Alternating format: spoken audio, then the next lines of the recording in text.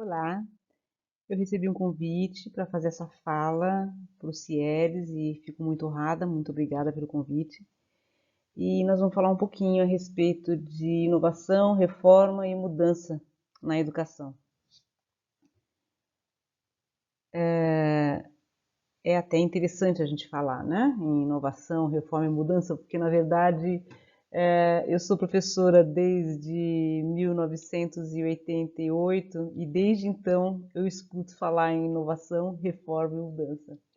O que a gente tem percebido é que o advento da pandemia da Covid-19, houve de fato uma chacoalhada para que essas três palavras passassem a fazer sentido de fato em todos os âmbitos da nossa sociedade, no mundo inteiro e em especial na educação. Então, sem dúvida nenhuma, é uma coisa horrível que aconteceu, que tem acontecido, por sinal, mas, assim como guerras, não é? A gente pode dizer que é uma oportunidade de mudança, sim, porque todos foram obrigados a transformarem a sua prática, no caso da educação em específico, e é provável que nós não voltemos a fazer o que fazíamos antes. Então, algumas mudanças vieram para se tornarem efetivas mesmo. E então a gente pode dizer que é um aspecto positivo de uma coisa tão ruim, não é? A gente tem aprendido bastante, a gente tem crescido, a gente tem de fato se transformado. A gente tem feito uma pesquisa bacana sobre o impacto da Covid nas escolas em diversos países. É uma pesquisa que está sendo desenvolvida no GPTED, da PUC de São Paulo, e a gente percebe que uma série de países, nós temos lido artigos de uma série de países, não é? Fazendo um levantamento grande, e o que a gente percebe é que, claro, que os países todos têm as suas particularidades, não é? Com relação a características da sociedade, da cultura e da própria estrutura educacional, tanto do ensino fundamental, do médio como do superior, mas algumas coisas têm se mostrado constantes e eu particularmente fiz um apanhado dessas coisas que me parecem constantes e urgentes em termos de transformação da nossa educação, e nós vamos falar um pouquinho disso aqui. Então, por exemplo, quando fala em novas competências, essas transformações todas, esse deslocamento da posição do professor e da posição do aluno, são questões que são discutidas há vários anos. Na verdade, a gente pode dizer que são questões que foram apresentadas desde o período do Dewey, não é? E a gente vem sempre tentando implementá-las. Eu trabalho com formação do professor por uso de tecnologias já faz 20 anos, e são questões com as quais a gente trabalha, essa questão do professor passar a ser mais um mediador e não um detentor de conteúdos, né, um transmissor de conteúdos, essa questão do aluno passar a ser mais proativo, mais responsável pela sua própria construção de conhecimento. Então, são questões que são trabalhadas há muito tempo, mas que agora, durante esse período da Covid, são questões que se tornaram mais presentes e se mostraram mais, na verdade, né? Passaram a fazer mais sentido. Então, eu acho que essa situação de pandemia faz a gente lembrar bastante a aprendizagem significativa de Ausubel, né? Que a gente só aprende de fato quando aquele aprendizado faz sentido para a gente consegue fazer um link com o aprendizado que nós já trazemos conosco. Então, eu acho que a Covid tem sido isso mesmo, porque não havia outra forma, não é mesmo, de se colocar em prática o processo de ensino-aprendizagem. Então, nós somos obrigados a aprender. Houve muito sofrimento, muita angústia, não é? Tanto de professor como de aluno, e diversas situações que realmente o processo foi muito complicado ou até ausente, se a gente pensar nas grandes desigualdades que nós temos no país afora, não é? Mas, numa situação geral, o que aconteceu foi, de fato, uma reflexão. Houve uma reflexão. Outra coisa interessante é a gente pensar, por exemplo, que os pais passaram a se fazer muito mais presentes no dia a dia do processo de aprendizagem dos seus filhos, não é? Então, e foi sofrido, eles têm muitas críticas, muitos desses trabalhos que nós temos lidos apresentam críticas desses pais a respeito da escola, a respeito dessa transformação do ensino presencial para o ensino remoto. E muitos, inclusive, dizem: ah, eu percebi que o meu filho não sabe nada, enfim, quer dizer que o pai se deu conta, não é? De que a coisa não caminha sozinha, a gente precisa desses pais, a gente sempre precisou, e agora mais do que nunca. E então, novos paradigmas, não é? Relacionados a essa transformação, essa mudança na educação. Então, são paradigmas que implicam comunicação, formação, orientação, planejamento, acompanhamento, organização, colaboração, ou seja, são vários fatores que já eram presentes, não é? E que agora eles fazem mais sentido. Por exemplo, o planejamento. A gente sabe que quando trabalha com educação pelo computador, não existe improviso. Em sala de aula a gente até pode contar com improviso, ainda que não seja adequado, mas muitas vezes o professor acaba contando com improviso, não é?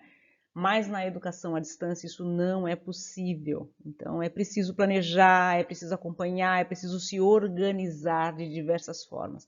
Então é um planejamento, são paradigmas todos aí que são apresentados nesse slide, que são da equipe gestora, dos professores e também todo um planejamento, todos os paradigmas necessários para que sejam ensinados para os alunos também. Porque como eles estão muito responsáveis pelo seu processo de aprendizagem, no caso dos pequenos, os seus pais, não é? Então, é necessário se planejar, é necessário se organizar. Então, e o professor precisa de apoio, gente, ele precisa de formação, não é? Contar com essa transformação do professor por si mesmo não é justo, é preciso que a equipe gestora, é preciso que o Estado se responsabilize por essa formação, não é? É preciso que o professor tenha a oportunidade de questionar, de ser questionado e questionar. Ele precisa de suporte, ele precisa experimentar, ele precisa trocar com seus pares, não é? Tanto sobre questões tecnológicas, mas também sobre questões pedagógicas. Então, essa formação do professor, que é interessante porque eu já trabalho com isso faz tempo, né? Já faz pelo menos uns 10 anos, desde que eu concluí o doutorado, eu trabalho com formação do professor, e a gente sempre bateu nessa tecla, né? E sempre foi uma questão bastante negligenciada, que agora me parece que está muito claro que é de fato necessário, porque senão não tem como a gente caminhar de maneira efetiva. Então, alguns pontos como interação, não é? Que na educação à distância ela fica muito mais importante, muito mais gritante para que o aluno não se sinta isolado, para que ele se sinta fazendo parte de todo um processo, não é? A gente tem a questão do feedback, que é fundamental para que o aluno tenha um retorno, para que ele possa se movimentar, tanto no sentido de fazer a coisa certa, mas também de se sentir motivado, de se sentir valorizado naquilo que ele vem fazendo. Então, uma coisa que a gente fala bastante é que o feedback ele precisa ser, sobretudo, positivo. Então, se a gente tem alguma crítica para fazer, tudo bem que seja feita, mas não sem antes fazer um elogio. É sempre importante que o aluno seja valorizado naquilo que ele está fazendo, senão ele se sente desestimulado e ele tem uma tendência a não querer mais, a abandonar. A gente tem a questão também da curadoria educacional, ou seja, é preciso organizar materiais, é preciso selecionar materiais. Isso tem que partir tanto do professor, no momento dele preparar a sua aula, mas é fundamental também que o aluno aprenda esse processo de planejamento, de construção, de seleção, de organização de materiais, não é? Para que ele se torne mais crítico, veja o que faz sentido, porque hoje nós temos uma gama infinita de informações pela internet, mas é muito importante que o aluno seja orientado para que ele tenha discernimento do que de fato faz sentido, do que de fato é importante para a sua construção de conhecimento, para aquele tema que está sendo estudado, para que ele tenha um aproveitamento mais efetivo. O trabalho colaborativo nunca ficou tão claro. E quando a gente fala aqui em trabalho colaborativo, é não apenas orientar os alunos para que eles trabalhem colaborativamente, mas também os professores precisam trabalhar colaborativamente, eles precisam trocar experiências, precisam trocar informações sobre o que deu certo, o que deu errado, ferramentas que são interessantes serem usadas. O peer instruction, isso é uma questão também que, na verdade, de maneira informal, sempre acontece em sala de aula, no momento presencial, no momento em que você senta do lado do seu colega, você troca com ele, você pergunta, você fala, você entendeu?